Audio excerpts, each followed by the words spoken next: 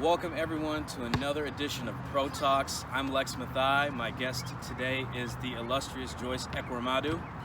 She's a wonderful friend of mine, but also a great ambassador, both nationally, locally, and globally for female sports, particularly the sport of basketball. So today we're going to get to know her a little bit better. All right. So Joyce, why don't you start by telling us where you were born and where'd you grow up? Okay, well, I was born in Emmitt, Oklahoma, Okay. and it's hard to claim because I only lived there for 3 years, Right. so I'm like a Texan. Yeah. But grew up in Irving, Texas. That's pretty much where I started playing basketball. Okay.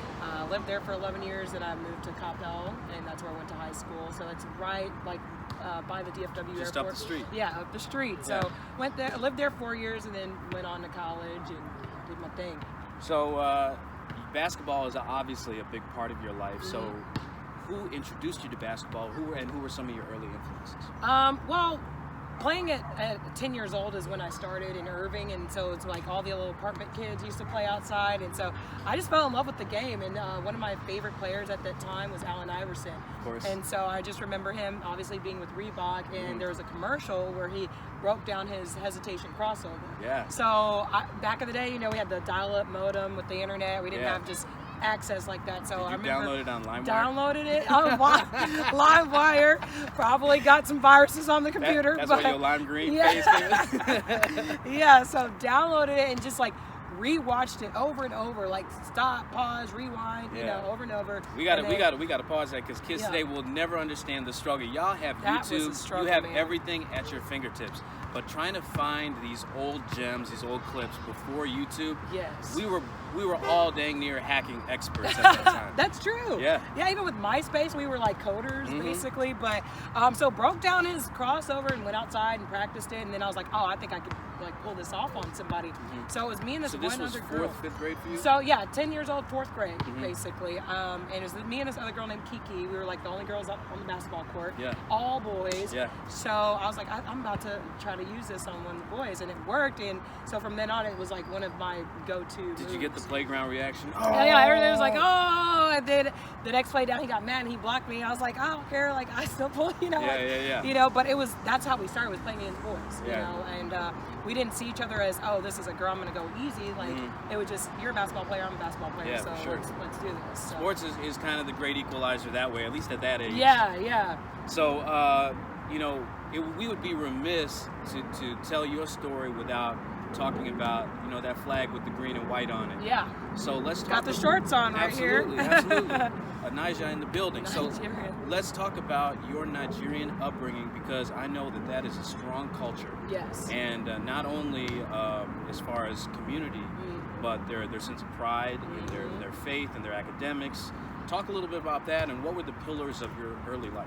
Oh man, that's a great question, because when I was growing up, being Nigerian, for me it was kind of embarrassing growing up, because everybody makes fun of how you First day of school, you roll know, call. Yeah, roll call, and so the teacher stops and they're like, Joyce, I'm gonna butcher this, and so everyone's like, what the hell is her last name, so For sure. then they butcher it, and you're just kind of embarrassed, you're already put on the spot.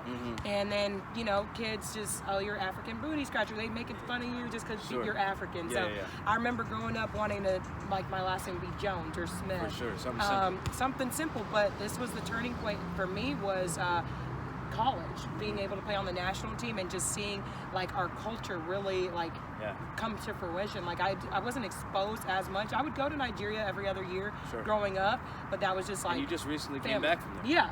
So, but then being able to represent the whole country, that was very different, and very that was probably one of my most exciting moments as a basketball player. But both my parents, they're like, oh, this is cute, you play ball, but that's not how you're gonna make a living. There's only 3 things. There's only 3 things you can be. There's only 3 things as a Nigerian, and it's being a doctor, a lawyer, or an engineer. That was it. Anything else, you're delusional. For sure. So there are no plumbers in Nigeria. No plumbers, no nothing. No, they would think you're crazy. But then not only that, you're an embarrassment to the family. Right. So only child, also being a female, sports is masculine to them. So they're like, yeah, you need to chill on that, But when the college letters start coming in, They're like, so you mean we don't have to pay for college? Yeah, exactly. You know, so the numbers start to yeah, make they're more like, sense. oh, okay, yeah.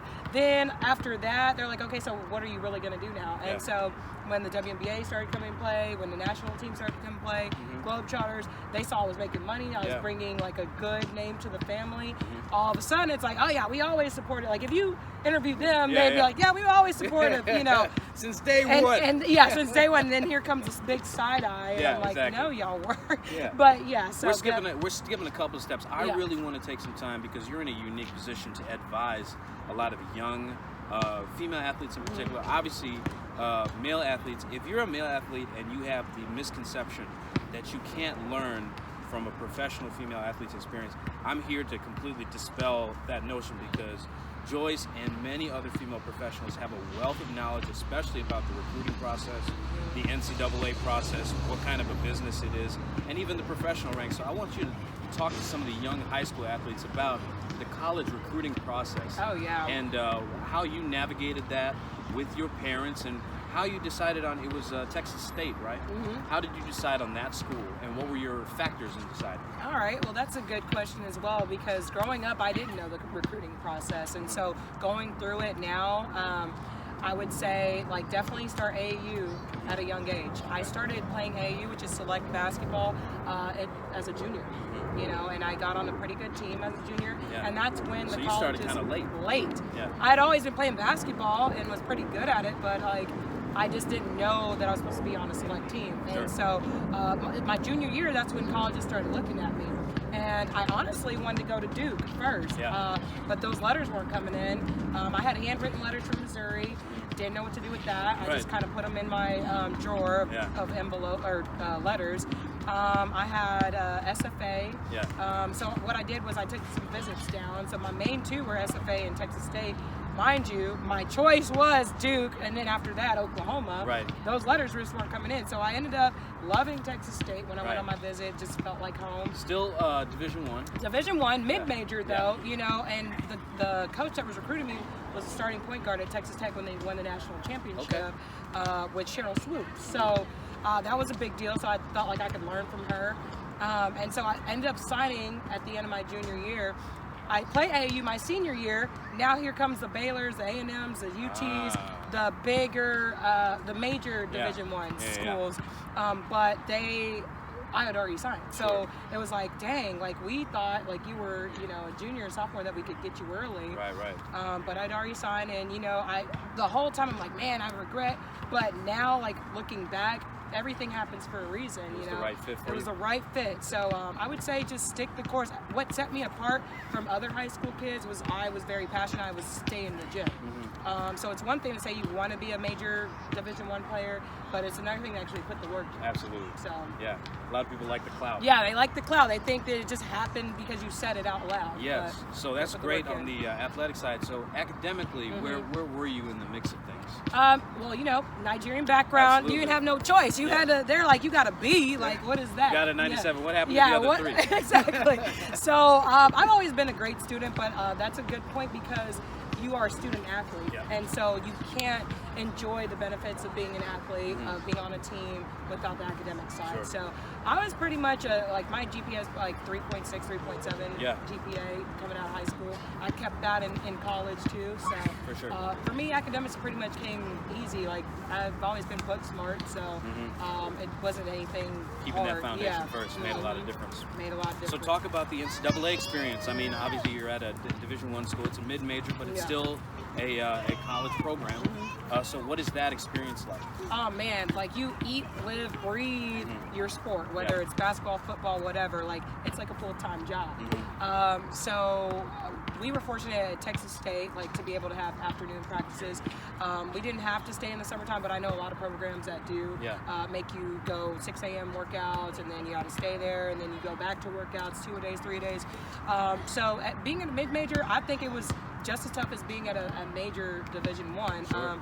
At Texas State, we were in the Southland Conference, and so at that point, I was playing a post when I was a freshman. So I'm only 5'10". Sure, I was about to ask about that. Yeah, I'm only 5'10", so that was sort of the difference between if I went to a major Division I, I'd probably be a shooting guard, point guard. Yeah. And so I think the pivotal moment for me changing positions was being on the national team going into my senior year. Yeah. I took a month off. Had a little of bit school. more height to deal so with. on the national team, I'm playing with WNBA players as a senior in college. That's awesome. So WNBA players that played overseas.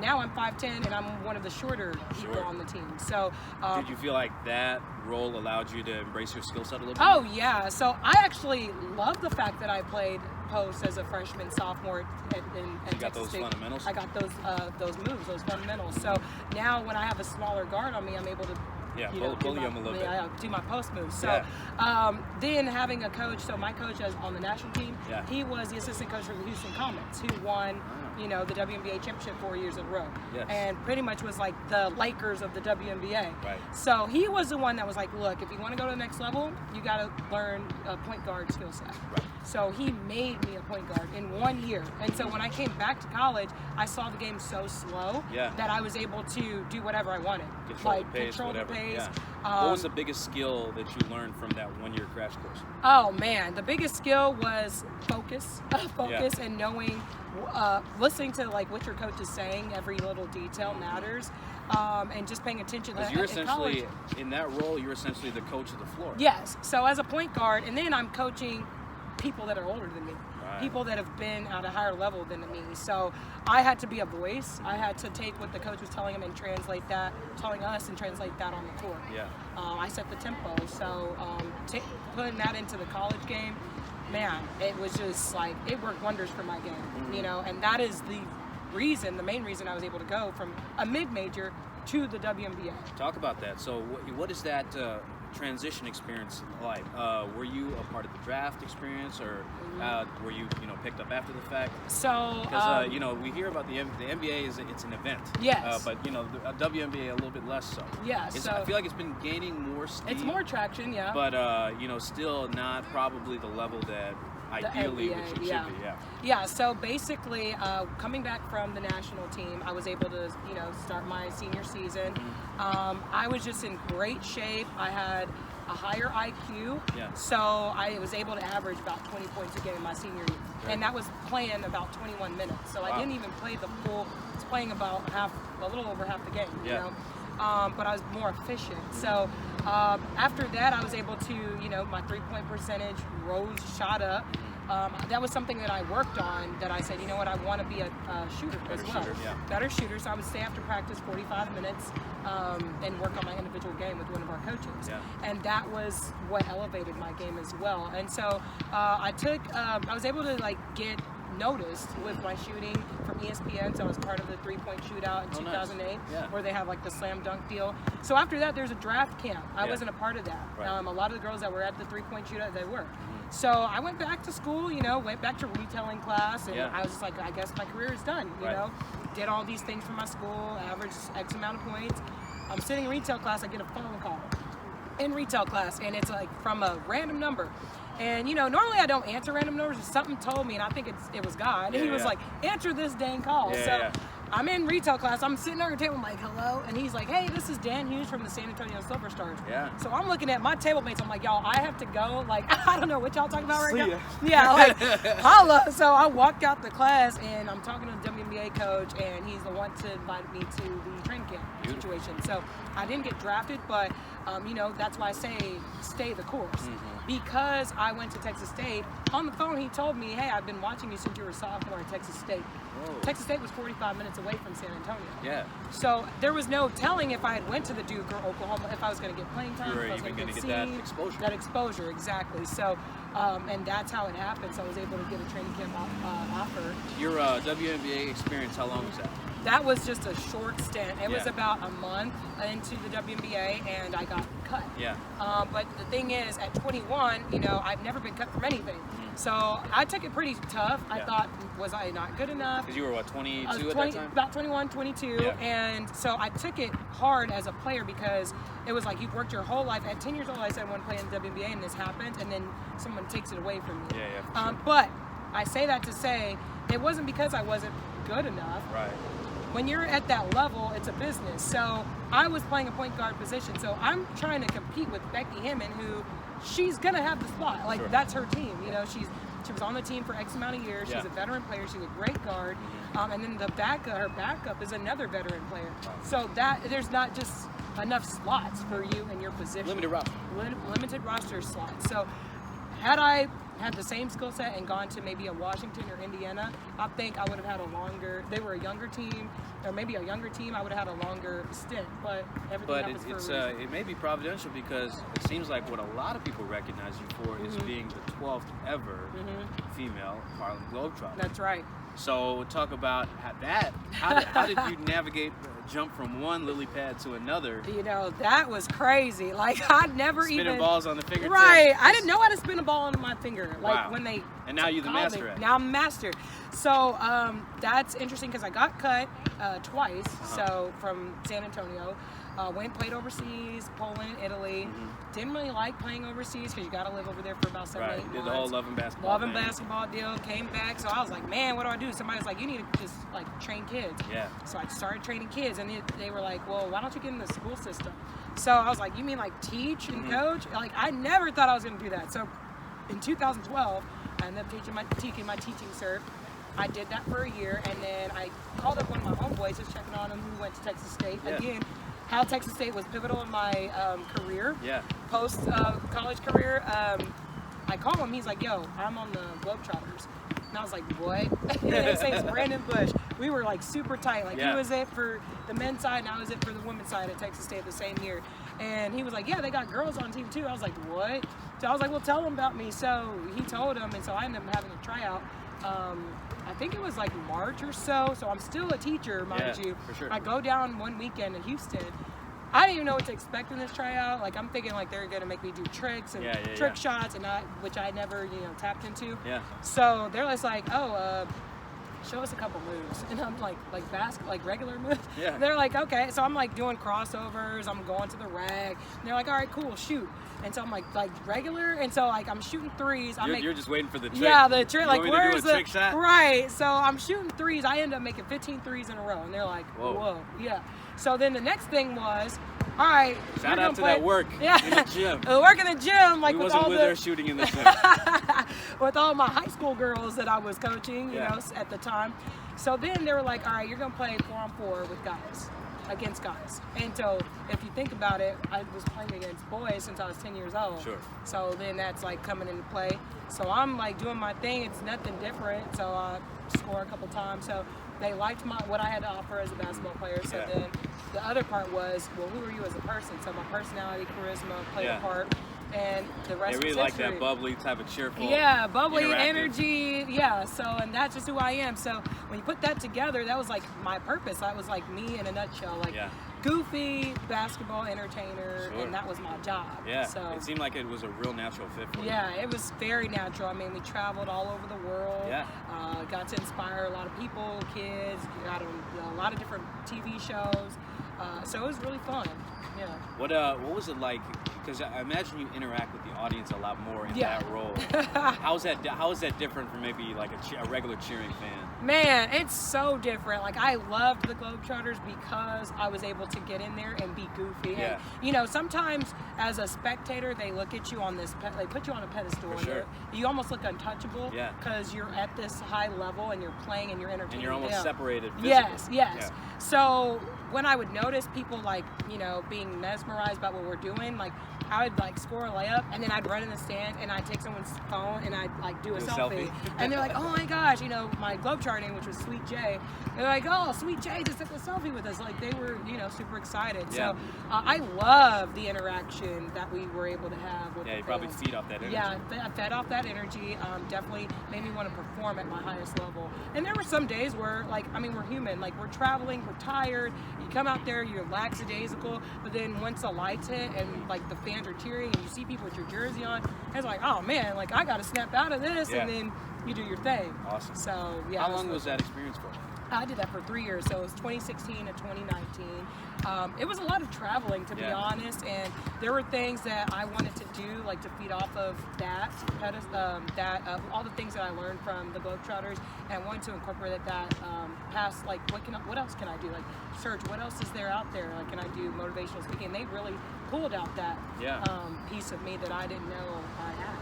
So let's talk about that portion of your life. Obviously, that's a skill set you have now, and something you're taking more seriously. Yeah.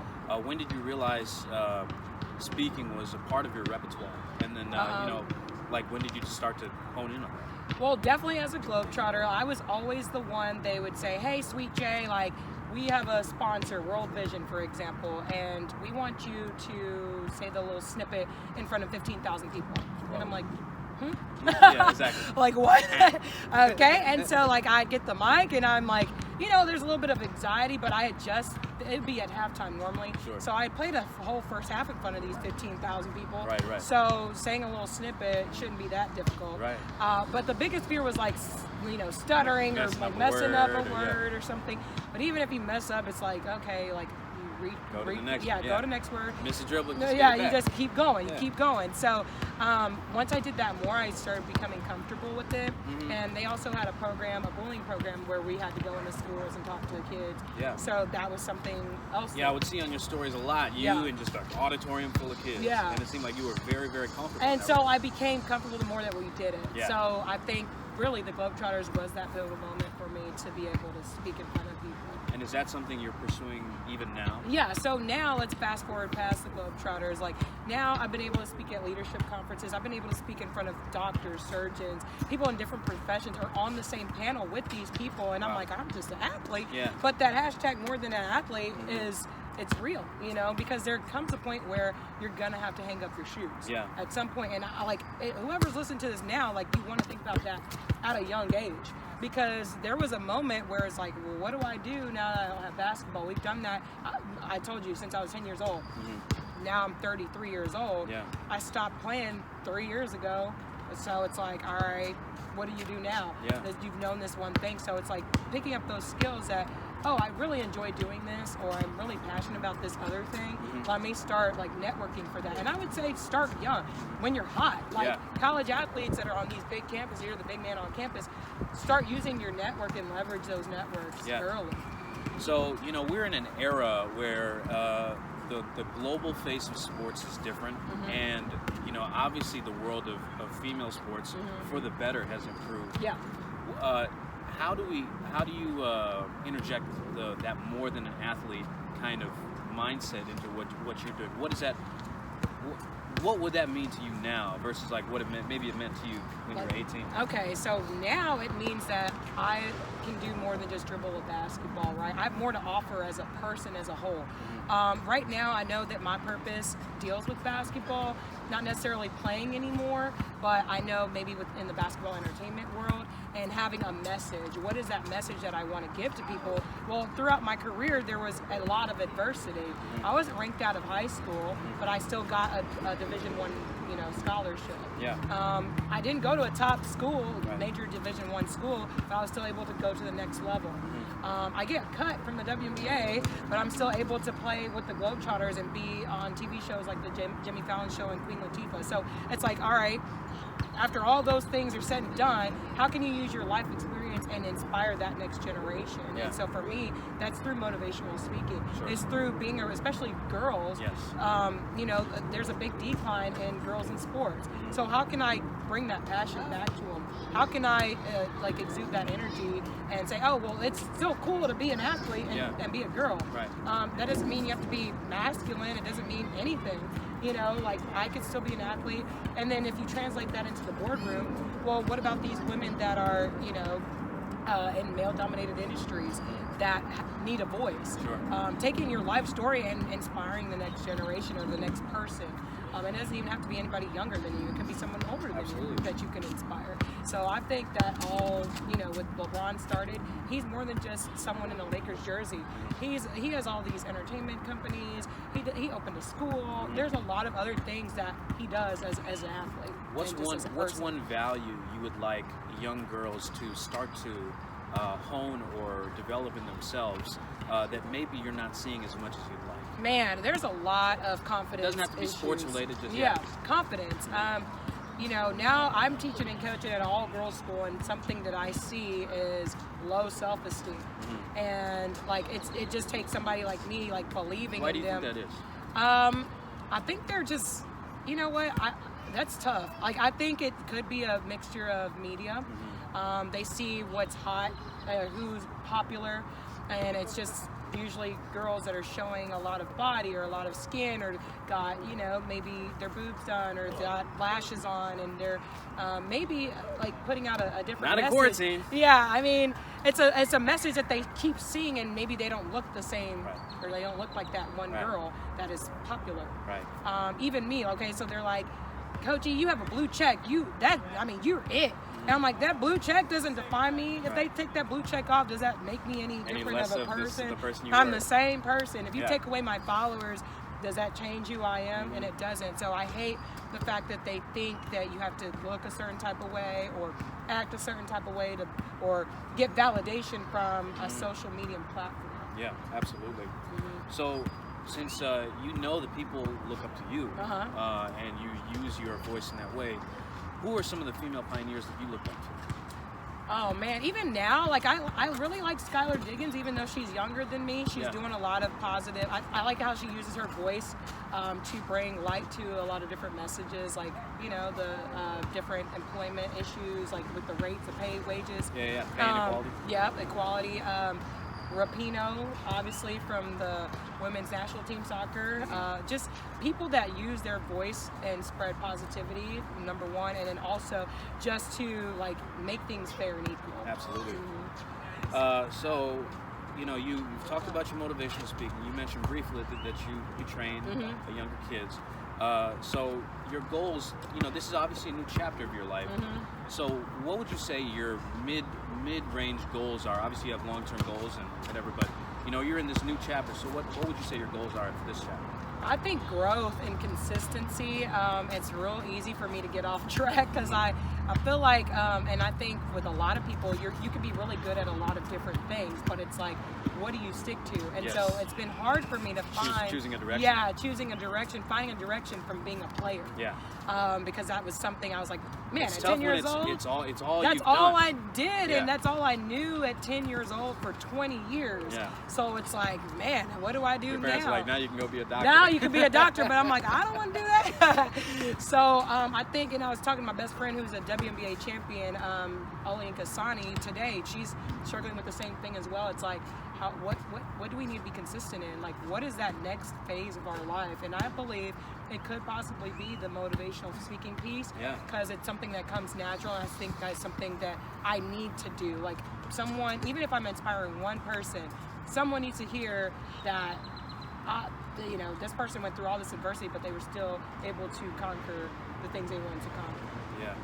And you know, we are dealing with some adversity now with the shutdown of basically cities across America, and you know, the economic fallout of that is going to be catastrophic. Just quickly, does that affect you, or when you talk about that kind of adversity, what's your perspective on it, and how do you navigate or pivot through that?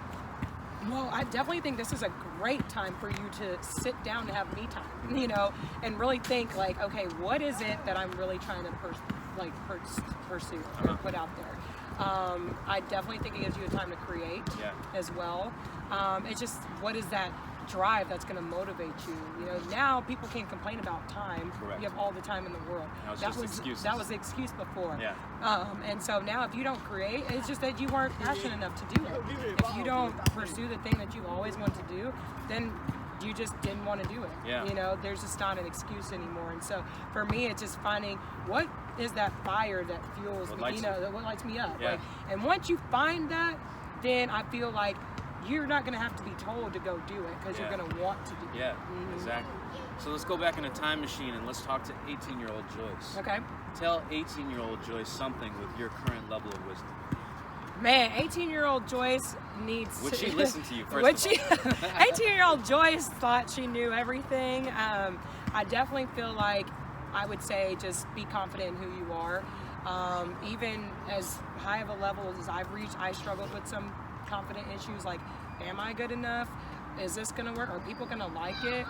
Screw what people like and don't like. Like, be who you are and own it. Yes. And so that's something, like, even me saying out loud right now is something that you just have to keep reminding yourself every day. Because people will try you, they'll test you. Man, that was dumb what you put up there, or that's stupid, why'd you think to do that? You know, it doesn't matter. I think usually it's people that haven't done anything. They haven't done anything. Like, what did they do? So really, Gary Vee, when I watched one of his excerpts, like, it was like, you know, put content, keep creating. Even if it's one person that viewed it, keep creating, because eventually, like, that's going to steamroll and it's going to pick up traction.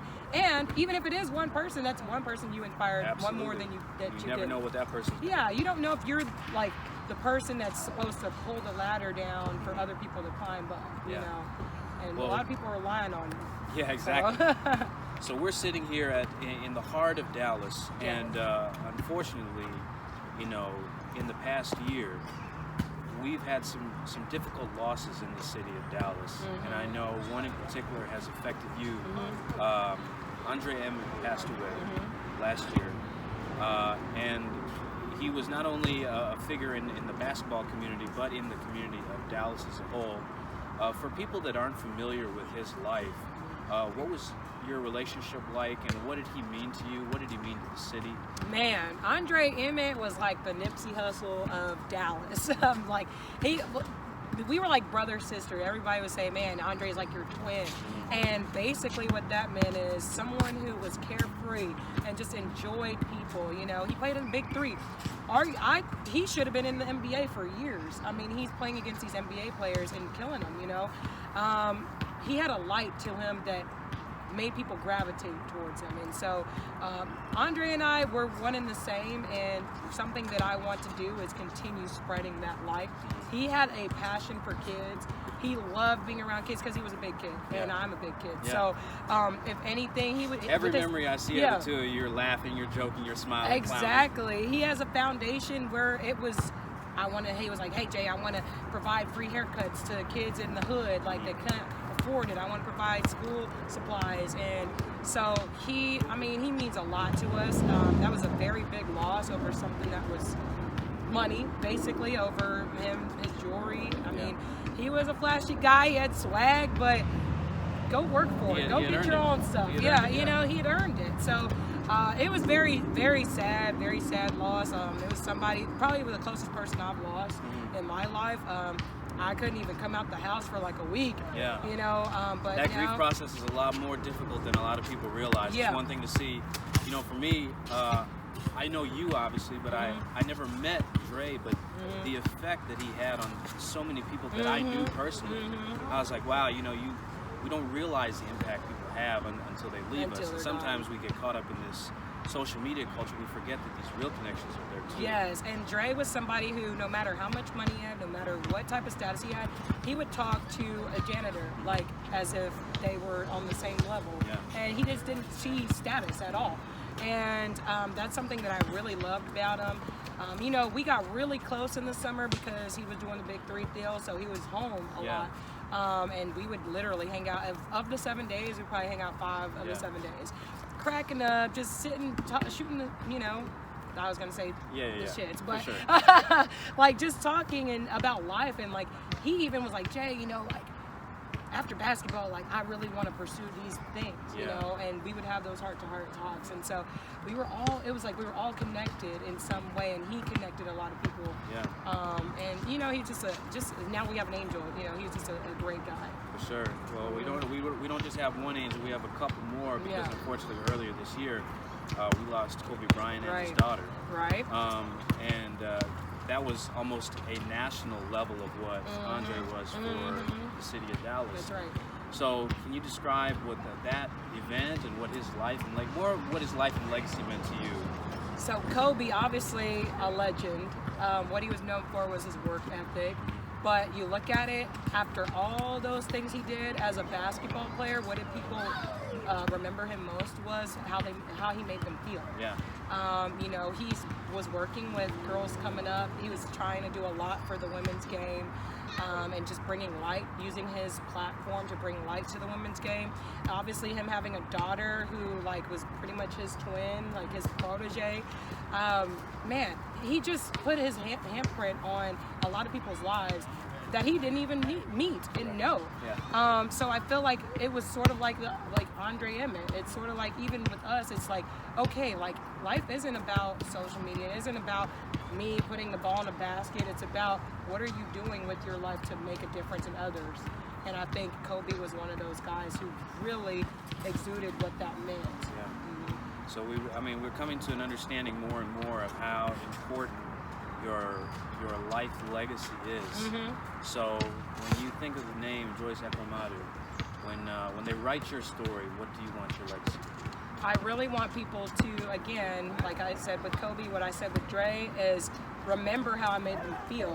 Whether it was I made them laugh, I made them smile, made them cheer up in a down situation, or I inspired them to pick up a basketball and start playing, or I inspired them to be confident in themselves.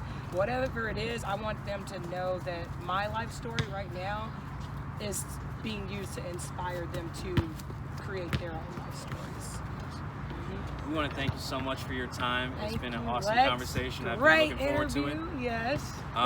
Hopefully we will have many more athletes and many more stories to tell. Keep staying tuned. This has been Pro Talks. We'll see you next time. That's right.